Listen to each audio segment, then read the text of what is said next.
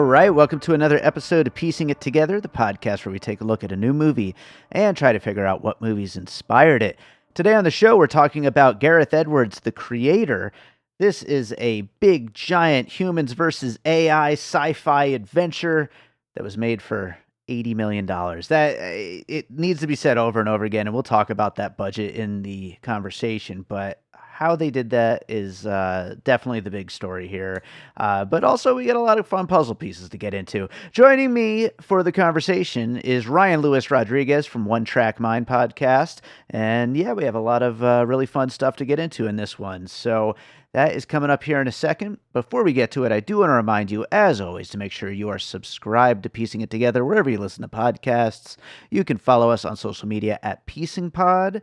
And join our Facebook group, Popcorn and Puzzle Pieces, where we continue the conversation about all the movies we talk about here on the show. Other than that, I do have a Patreon, the Produced by David Rosen Patreon, where I post bonus and advanced content from Piecing It Together, from Awesome Movie Year, and from my music career. Lots of great stuff over there, so check it out. It's patreon.com/bydavidrosen. I really appreciate you all being out there listening, but if you want to support the show in that way, I very much appreciate that as well, and there's lots of great stuff to get, so check it out. So with that said, let's get into our conversation about the creator. All right, it's time to talk about the creator, and we've got Ryan Lewis Rodriguez here. Ryan, how's it going? Going well. How are you doing? I am great. I'm recording a bunch of like special episodes in a row. This is like one regular Piecing It Together, like right in the middle that I'm kind of squeezing in. I'm happy to talk about it though. It should be a fun one to get into, even though I think a lot of the influences are going to be kind of like right there in the open. It kind of wears them on its sleeve. Yeah, they're naked references. There's no gussying them up. They're there. Not really. It is right there. It's right there. You know what, though? So last time you were on was like a long time ago, and your podcast, you had like a different podcast at the time, and now you're doing One Track Mind. So why don't you tell my listeners a little about what you're up to now? Sure. So One Track Mind is a commentary-focused podcast, not a podcast that does commentaries like some other people do. It's the only podcast out there that exclusively talks about audio commentaries and what we can learn from them, and how there's a clear line that you can delineate between commentaries and podcasting. I like to look at commentaries as the first podcasts. So in order to like properly appreciate it, I think we need to go back to physical media and look at it through that lens. Yeah, it's a great idea for a show, and I feel like The Creator is a movie that once it is out on physical media, I mean, hopefully, who knows nowadays what gets, big, physical releases or not. But, the story of the behind the scenes with this, with its very, relatively small budget for a big blockbuster action type movie, it should be a really interesting one when this does hit physical. Oh, absolutely. And Gareth Edwards is not really a commentary guy. Mm-hmm. Like he did one, I believe, for Monsters. But I believe he doesn't do one for Rogue One, possibly because he didn't direct most of the movie that came out. Sure.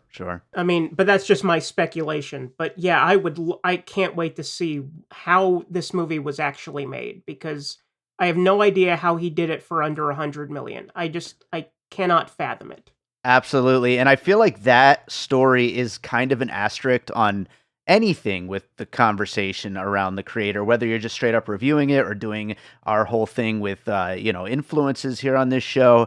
The fact that this was made for under $100 million, and it does genuinely look great, and it's a very impressive feat, and it shows that that can be done, and it probably should be done much more often than it actually is, especially with ballooning budgets and the return's not really quite working out to really justify those budgets. And I think that's going to show up in some of our puzzle pieces as well. I'm looking at my list, and definitely at least a couple of them are victims of ballooning budgets. But, with that said, let's start getting into puzzle pieces. Like I said, there's going to be some obvious ones. Maybe we'll have some out of left field ones here. But what do you have for your first piece?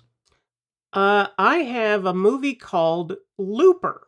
Nice. This is, for those who don't know, it's a science fiction movie set in the near future in which time travel exists, but it's illegal. And Joseph Gordon-Levitt's character has to interact with his future self, played by Bruce Willis.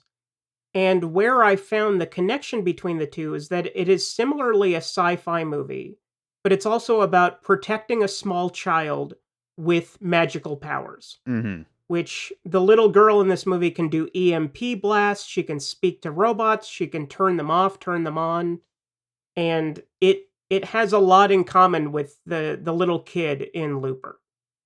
Yeah, sure, absolutely. And I actually have a piece coming up later that deals with like that kind of thing too, of protecting a kid who has some kind of powers. But Looper is a great example, though. Ryan Johnson, obviously a contemporary of Gareth Edwards, and Yes. it is a really cool movie. The performances from Joseph Gordon-Levitt and Bruce Willis are awesome in Looper, and that is like the main draw with that film. I just rewatched it recently, actually, for the first time in years. But yeah, great piece to kick it off with. I will go with, I feel like one of the most obvious elephant in the room ones, so I might as well just get it out there right now. You kind of can't make a movie about an AI uprising without bringing up James Cameron's Terminator. So I'm going to go with Terminator for my first puzzle piece. And, after Terminator 2, the series has had a lot of trouble with coming up with another story to tell within this world that he's created. Those first two movies, both just absolutely legendary, just incredible movies. It's kind of diminishing returns after that point because there gets to not be that much more to say about AI other than AI is going to eventually, become sentient and then kill us all. And it probably is. I mean, right now, AI is a big story in the world of entertainment, in the world of jobs, in the world of everything else. It's all kind of coming true in real time as we're talking. But, so that makes the creator certainly very, topical at the moment. But it definitely is something that all the beats are already there in the Terminator movie, so it kind of makes it hard to even push the genre, anywhere with any, future stories. Right, and I would piggyback on that and also recommend a movie that no longer exists because it was in a theme park, and that's Terminator 2 3D Battle Across Time. Nice. Because there's a huge climactic sequence in which the screen that you're watching opens up to reveal three screens altogether. Mm-hmm. And you're watching characters in the periphery lower themselves into a giant AI machine, which then becomes a liquid metal spider. And it's one of the most amazing pieces of spectacle I think has ever been committed to film. And of course, now it's Minions Mayhem. So we've definitely lost something. Oh man, what has happened to the entertainment business? I don't know. But yeah, I remember I saw that back in the day. I wish I remembered it so clearly because I know it was awesome, and it was probably the third best piece of Terminator film there has ever been. So that's awesome that you brought that up there. So that's a great And thing. it's streaming on YouTube for anybody who didn't get to see it. Even the lobby video is on YouTube, the entire Wow. experience. And I try Ooh. to go through it like every 2 or 3 years to remind myself, oh, this is when Universal Studios was fun. Yeah, back when it was so cool. I do want to go to the Super Mario ride, but other than that, but let's go to another puzzle piece. What do you got next? I have a fairly obvious one, and that is Apocalypse Now. Mm-hmm. The odyssey of traveling through hostile terrain to assassinate a tyrant has a lot in common with John David Washington's modus operandi in this film. Yeah. Going to basically put a bullet in the head of the AI, not creator per se, but the head honcho. Mm-hmm. And there's definitely that persistent dread in there. It's not as overwhelming as Apocalypse Now, but it has a lot in common. And I would even add like Ad Astra to that, which Mm. is another great movie that is basically Apocalypse Now in space. Sure. Yeah, absolutely. That's a great one to bring up for sure. And I will kind of just jump right on top there with another puzzle piece, one that kind of, I think, goes right along with it. And that is Oliver Stone's Platoon, a film where people are losing their humanity because they stop seeing, people as people, and they're just, it's just a mission to just kill these people, and they stop like actually seeing them for who they are. And of course, these AI robots, they're not people, but at the same time, like, you know, we should have some kind of compassion, and that's like a big thing of the story here with the creator is just how much a stake in the road this division between human beings and AI, how far that divide becomes, and just kind of how terrible it turns us. Yeah, that's I still this is embarrassing, but I've still never seen Platoon. Okay. I have a lot of blind spots in my knowledge of Oliver Stone. Mm-hmm. I'm more familiar with him as basically the instigator, the Sure. problem child, Yeah. constantly raging against the industry and against, endorsing conspiracy theories. So I'm a little like arm's length from him, but I definitely need to watch Platoon.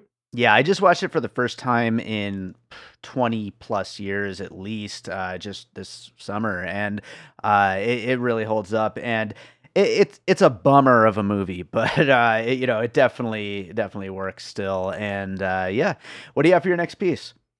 I got a weird one, but hear me out. Jupiter Ascending. Oh boy, here we go.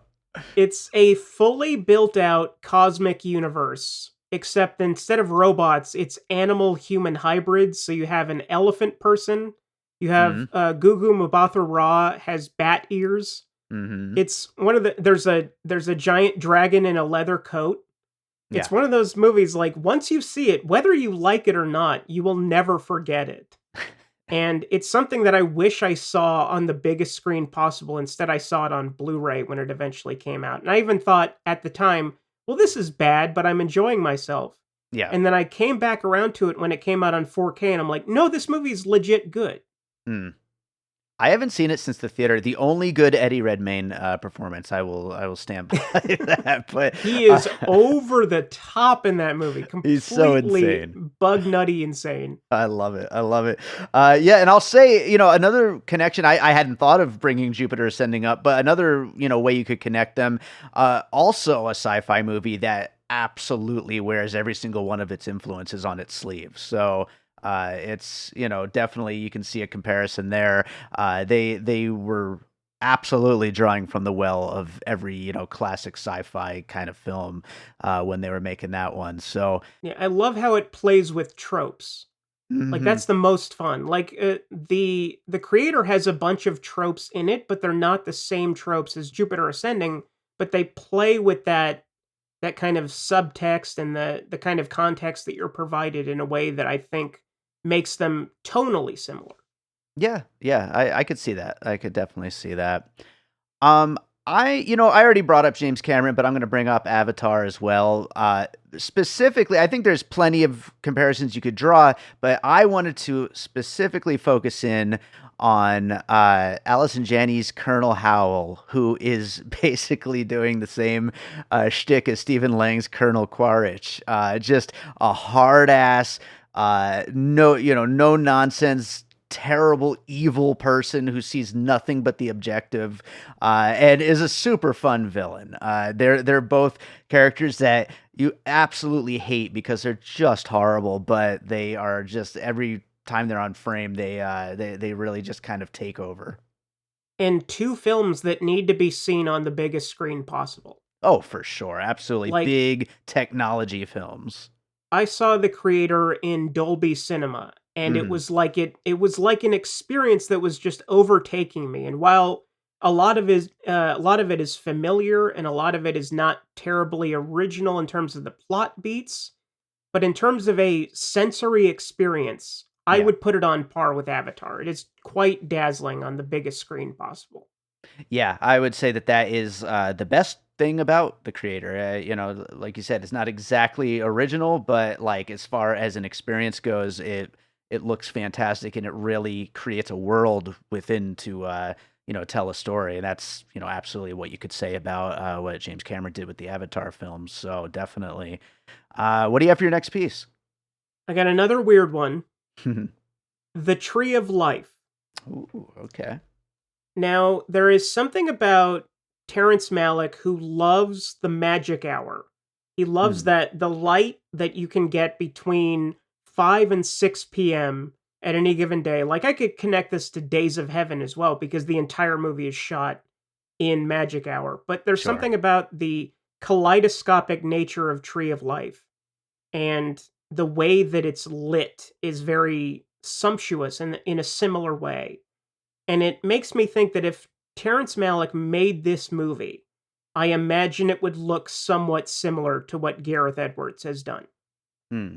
Yeah. And it's funny because like such different kinds of movies, but absolutely the look of it all and the way that it plays with the nature of like, what existence is basically on this planet. Like, that's always a major thing of like what being a person is with a lot of Malick's films.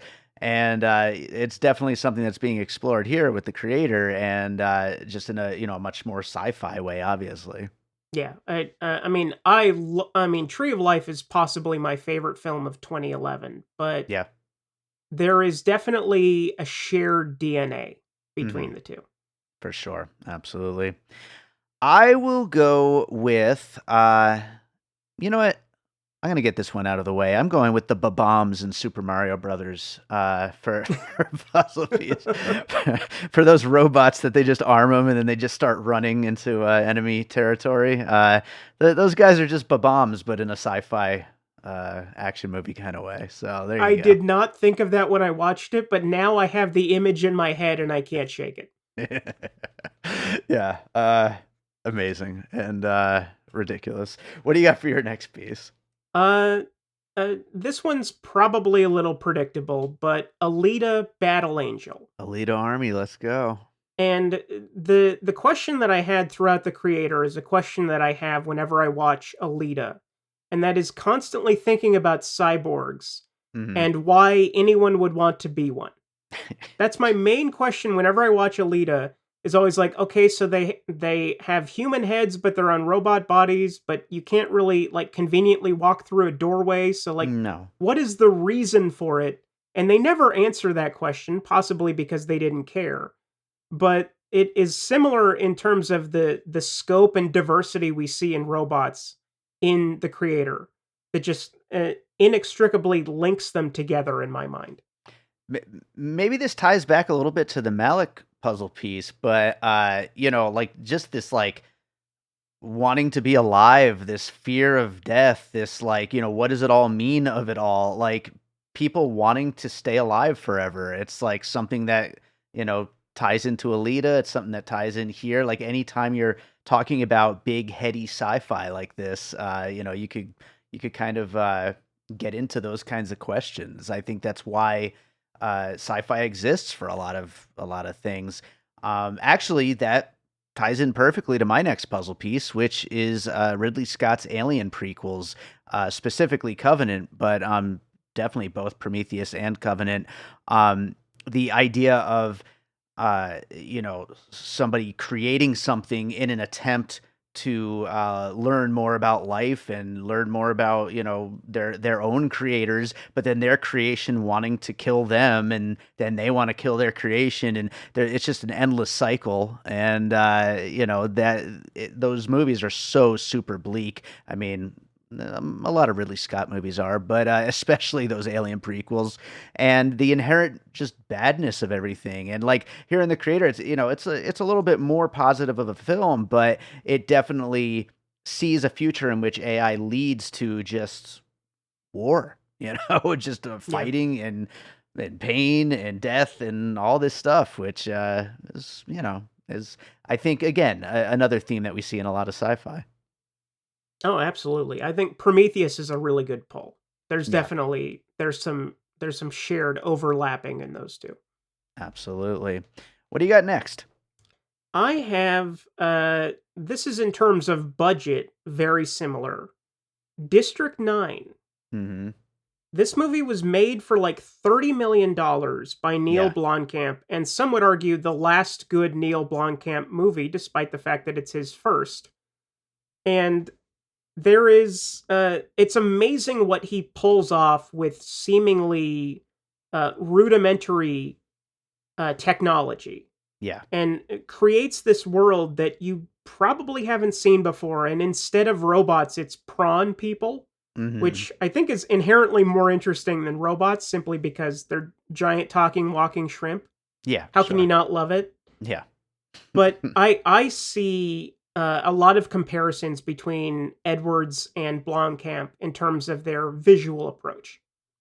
Oh yeah, absolutely. And definitely like when talking about big summer blockbuster type of movies that manage to do it for a good amount of money that isn't just totally overblown, they're like two of the best examples, really. And uh I'm actually a Chappie defender. I like Chappie. I feel like the robot design here is a little Chappie-ish, you know? Yeah, and you gotta love Hugh Jackman's mullet Yeah, in Chappie. That's for yeah, me, that's the reason to watch the movie. Just he definitely. looks like an old school gym teacher from 1975. It's terrific. Oh yeah, he's great in that movie. It's a ridiculous movie, but I love it. Um, but yeah, District 9, great piece there, and definitely I think like one of those ones that kind of has to be here, almost like Terminator. Like it has to be a part of this conversation.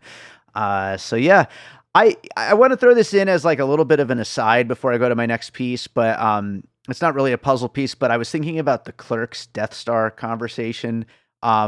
Because spoiler alert for when they blow up the whole ship that like is doing these bombing raids or whatever on AI. But what happens to all the people that lived and worked on that ship? Yeah, That what about was the contractors? the contractors, absolutely. So I was just thinking about that, but no, I'm gonna go to my other like protecting a kid with powers movie, and that's Midnight Special from Jeff Nichols. Ooh, good Um, one. yeah, it's a great film, and we finally have a new Jeff Nichols movie coming later this year. I can't wait, but Oh, I you know can't what? wait. Oh my god, that Oh, trailer is so good. so good, so good. Jodie Comer, come on, she's the best. It's The gonna whole be cast. great. The whole cast. But yeah, as far as being on the run with your, son, I mean, like there is I think a little is he isn't he of whether or not that kid is going to end up, actually being his son or whatever with John David Washington. But there's the idea of like being on the run and everyone's after you and that kid has something special but you don't quite know what it is, and those powers are kind of revealing themselves along the way. It's a good example right along there with Looper, of versions of that kind of a story. No, absolutely. All right, on what do you got for your next piece? I have a double header Okay. because they're very much similar in weird ways, but they were both cited by Gareth Edwards as explicit inspirations. Okay. And that's Peter Bogdanovich's Paper Moon and Barry Levinson's Rain Man, Okay.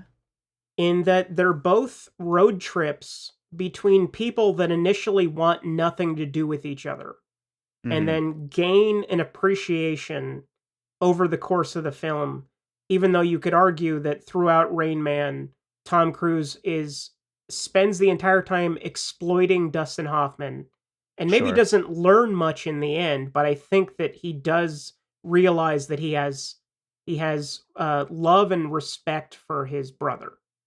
Hmm. That's great. And yeah, I know that there's been a lot of like I said, this movie wears its influences on its sleeve, and I know that he has been very vocal about revealing a lot of his influences. So that's interesting that those are a couple of the things that came to him. I've never actually seen Paper Moon, but as far as Rayman, like, I could totally see that as the example of two people who kind of don't want anything to do with each other, but having to go on a road trip and connect along the way. So great one, and I'll have to watch Paper Moon one of these days. I It's know, so good. Oh, obviously, you'd love it. It's classic. tremendous. Yeah, yeah, I gotta get to that. That kind of factors into my last puzzle piece, in a roundabout way a little bit, but that's War for the Planet of the Apes, the third in the recent trilogy of Planet of the Apes movies, which are just absolutely fantastic. But My favorite of the they three. it is. It's the best of the three. I agree.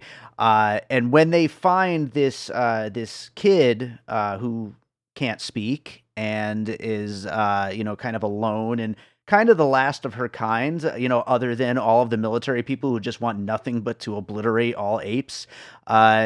She becomes kind of a representation, like a symbolic representation of the fact that they could live together in harmony, humans and apes. And as they go on this kind of road trip type movie, across the desert to go for this final war with the humans, they, Caesar and the little girl, they kind of learn to appreciate each other and each other's company, and along the way they have to work together and get through this horrible violent situation. But yeah, just one of my favorite movies of the last 10 years, and such a great ending to that story.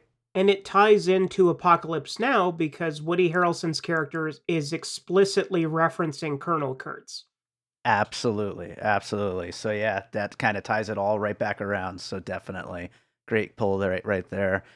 So do you have any other pieces you want to bring up? I have one and then an addendum. Okay. Because one is where I thought the movie was going, and that is Reservoir Dogs. Oh, because when the road trip starts, there's a dying guy in the back seat who is just basically bleeding out.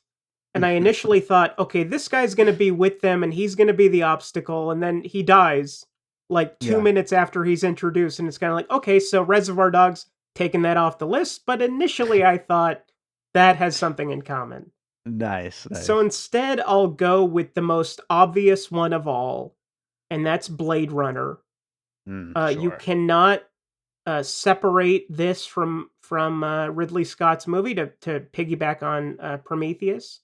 Sure. And obviously, the production design is heavily influenced by futurist Sid Mead, who did the concept artwork for Blade Runner. And Gareth Edwards has said that basically he transposed Sid Mead's work from 1982 to make it 2065, but not really change it so much, so that it's a future that was determined by the past. Oh, that's very cool. That's cool. That's interesting. That's almost like a puzzle piece within a puzzle piece right there. Like it's a Russian nesting doll of a puzzle piece. Yeah, I love it. That's awesome.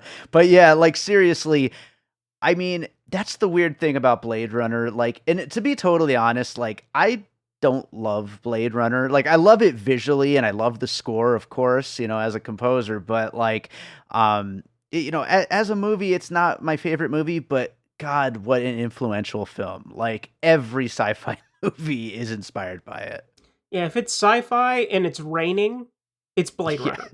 It's Blade Runner right there. Absolutely. So I will read down our list of puzzle pieces here, and then we'll get into some closing thoughts. We talked about Looper, the Terminator series, Apocalypse Now, and Ad Astra, Platoon, Jupiter Ascending, Avatar, The Tree of Life, and Days of Heaven, Super Mario Brothers Bombs, Alita Battle Angel, Prometheus and Alien Covenant, District 9, Midnight Special, Paper Moon and Rain Man, War for the Planet of the Apes, Reservoir Dogs, and Blade Runner. I'll also just say that a couple of people pointed out to me The Golden Child, which I haven't seen since I was a kid. Yeah, so I mean, that's it. I think it's a kind of obvious one, but also I haven't seen it in so many years, I didn't want to bring it up, but I'm only familiar with it because it's on I Love the 80s Strikes Back, and I watch that series basically every 2 years just to get my fix. And I've still never seen The Golden Child, but what I know about it, yeah, that's on point. That totally works. Awesome. Any closing thoughts? Anything we didn't quite get to while going through puzzle pieces that you wanted to bring up? No, I think this is a wide-ranging episode. This is like the creator is basically a scattergun. It takes in the influences and then spits them out in different directions, and you can never know exactly what piece is from which because it solidifies. It's kind of malleable. But I mean, it's one of those movies that you've probably seen before, but you haven't seen it in this way. Yeah, absolutely. It's also, not to bring it up, again and again, but, the budget is a major, major part of this story. And of course, we're recording this, the movie's been out over a week now, and it's not doing as well as it should be. I mean, I don't know why that is. People love these kinds of movies. Maybe this will be something that finds its audience later on, but this is the kind of quote unquote original story that everybody says they want. And here we go. They actually made it with a budget that's reasonable. People should see it. No, absolutely. I'm so glad that I actually got a chance to see it in a theater because I don't think it would have a similar impact on DVD or Blu-ray or even 4K. Although I'm Yeah. looking forward to seeing what it's going to look like on my TV, I'm Yeah. glad that I had this opportunity first. Definitely, definitely. One last point, I just wanted to mention a line that I wrote down from John David Washington that I really loved when he says, "I don't give a shit about going extinct. I've got TV to watch." That I felt that. Yeah, I get. I mean, if you mean like watching movies on TV, yes, that's me Yes, of literally course. every day. Yes, exactly. As it is all of us movie podcasters. So, yeah, I think that does it for The Creator. Is there another movie you watched recently you'd like to recommend to our listeners? Sure, a movie that I rewatched last night and kind of is a visual sonic experience that reminded me a little bit of The Creator, and that's a documentary from 2022 called Moon Age Daydream, Oh, yeah, I which is still need to basically see the it. life and career of David Bowie. Oh, And he is such a fascinating figure. And I miss the fact that, he's not with us anymore. And it really bums me out just to see the full breadth of his career and all the yeah. different personalities he undertook and how he would never stay with one style for too long. He was always constantly looking for the next thing. And this is a movie that came out in IMAX. And when I saw it, I absolutely adored it, and now Criterion put it out in 4K, and it looks just as good, although I miss seeing it on such a big screen. Yeah, I was actually just gonna say, like, talk about a movie that I wish I had seen in the theaters. That that's high up on my list for sure. Yeah, hopefully they'll reissue it sometime along the line. Maybe the way that Stop Making Sense is now making the IMAX rounds, and God, Yeah, what a great experience that was. Hopefully amazing. someday it'll come back. Yeah, absolutely. Well, Ryan, thank you so much for being here. Why don't you tell people where they can find you and your podcast? Sure, on X, never gonna get used to saying that. I mean, I don't like Twitter, but I miss it more than I like X. It's Sure. at One Track Mind Pod, and I spend most of my time on Instagram at one, that is the numeral one, Track Mind Podcast, because I guess somebody else took the spelling of one, and it makes me upset every time I have to say what the Instagram is. Son of a bitch. Yeah.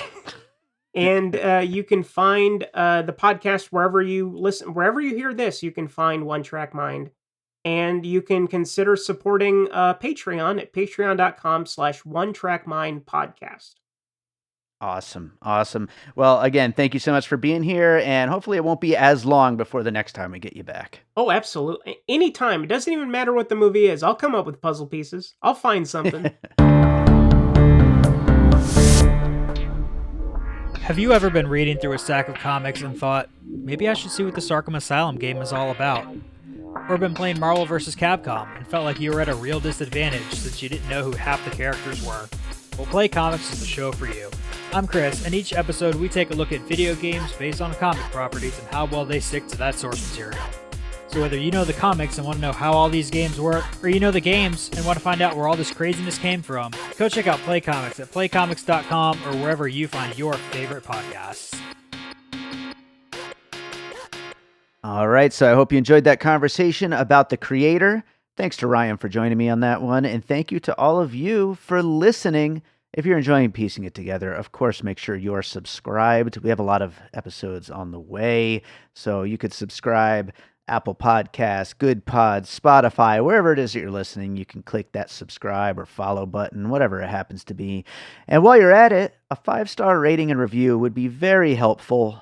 Helps get the show in front of more people, and then, make the show bigger, get more people listening, get to do more cool things like the live shows and the contests and giveaways and all kinds of fun stuff. So drop that 5-star rating and review. I do appreciate it. You can also follow us on social media at PiecingPod, join our Facebook group Popcorn and Puzzle Pieces, and check out that Patreon I told you about at the top of the show, produced by David Rosen. It's patreon.com/bydavidrosen. Lots of great stuff to check out over there. So, time to close this out with a piece of music like I always do. And you know what? I got an obvious one because this movie's called The Creator, and I got a song called Creation from my self-titled album, David Rosen. This is the album that came out in 2020. I think this fits quite well. So we'll go with Creation from the David Rosen album, which is available, of course, to stream on Spotify, Apple Music, and you can buy it on limited edition CD over on Bandcamp, as long as Bandcamp is still a thing.